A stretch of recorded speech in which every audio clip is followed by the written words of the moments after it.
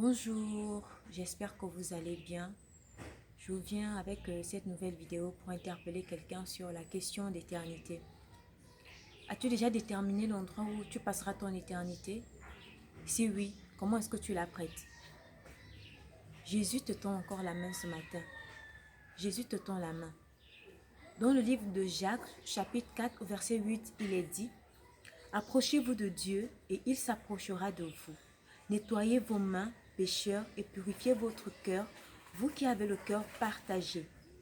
Ou irrésolu, hypocrite.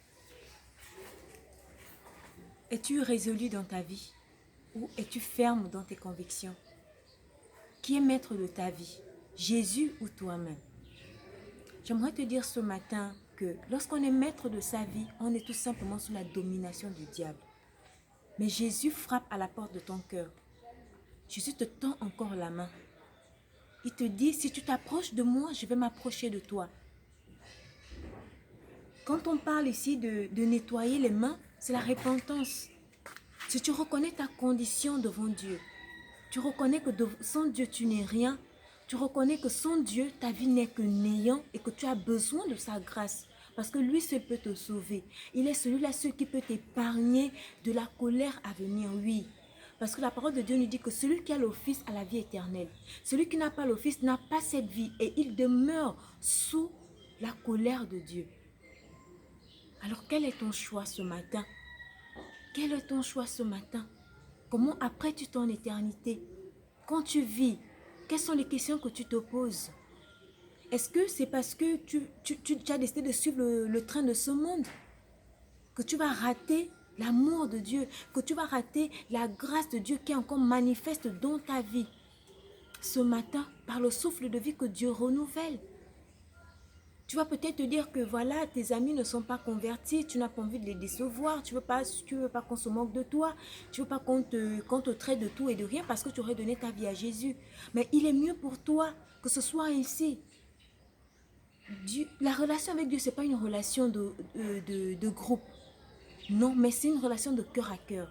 On nous parle d'intimité. L'intimité avec Dieu, c'est une relation de cœur à cœur. Dieu cherche ton cœur. Dieu cherche des cœurs repentants, des cœurs de ceux-là qui reconnaissent leurs conditions comme étant misérables sans Dieu et qui demandent à Dieu de venir régner dans leur vie. Oui, c'est possible. Jésus est là. Jésus n'attend que toi. Il a déjà tout accompli sur la croix. Mais ce qu'il faut faire maintenant vient de toi. Dieu n'est pas un dictateur. Dieu n'est pas celui-là qui nous impose des choses qu'on ne veut pas, non. Mais il nous laisse le choix. Alors ce matin, j'aimerais t'inviter à faire le choix de la vie. Et celui-là, c'est Jésus. Elle est en Jésus, uniquement en Jésus, parce qu'il est le chemin, la vie et la vérité. Nul ne peut aller au Père sans passer par lui. Alors, pose-toi des bonnes questions. Examine encore la façon dont tu prépares ton éternité. Examine encore la façon dont tu vis aujourd'hui. Est-ce que cela correspond à la parole de Dieu qui t'est révélée, toi qui es chrétien? Est-ce que tu vis selon que Dieu te demande, selon que Dieu te le montre dans sa parole? Examine-toi, remets-toi en cause tant que tu vis. Car après la mort, c'est le jugement. Sois encore encouragé, sois encore fortifié. Et que la grâce de Dieu qui est disponible encore aujourd'hui pour toi ne soit pas vaine. Qu'elle ne passe pas jusqu'au main vent, mais que tu te saisisses de cette grâce pour renouveler, pour renouer avec ton Dieu. Sois encouragé.